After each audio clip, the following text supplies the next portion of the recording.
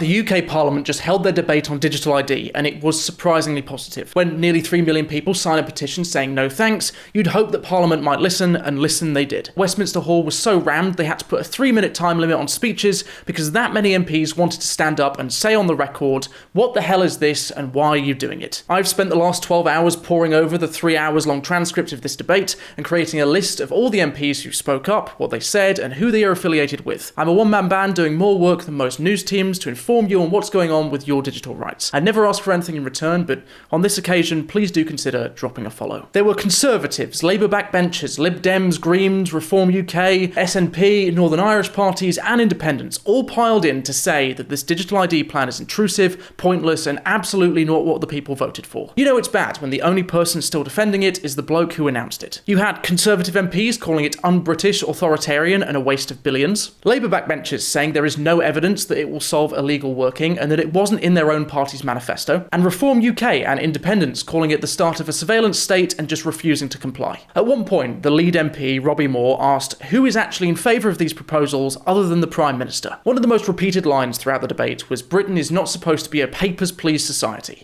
MPs pointed out that we've binned ID cards multiple times in our history, from wartime IDs scrapped in 1952, Blair's ID scheme scrapped in 2010, and even COVID passes were temporary and deeply unpopular. Then of course there is the honeypot problem. Multiple MPs asked, name one major organisation that hasn't been hacked or leaked in the last decade.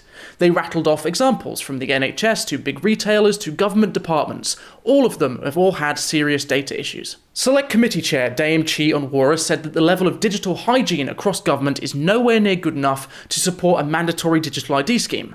That is from the MP, whose job it is literally to scrutinise tech. And then there was also the biggest shared fear: mission creep. Right now the pitch on that is it's just for work checks. Calm down. MPs noted that government documents are already talking about right to rent, access to benefits, and potentially even children's services and other state systems. One MP framed it brutally. Imagine your worst possible future government, the one that genuinely keeps you up at night. Do you want them to inherit a single centralised system that controls identity, work, housing, services, and travel? So the big question is, where did they land? This was a Westminster Hall petition debate, so there was no binding vote on the actual policy. The key political outcome was the overwhelming tone in the room was hostile to digital ID, and the minister responding promised a major public consultation in the new year, but the cherry on top, Robbie Moore's response at the end was 3 million people sign a petition, this room is packed with MPs, and you can't even take one question. What a disgrace. So if you're watching this, check if your MP spoke in that debate. If they opposed it, thank them. If they were quiet, ask them why. And when that consultation launches, don't just scroll past it.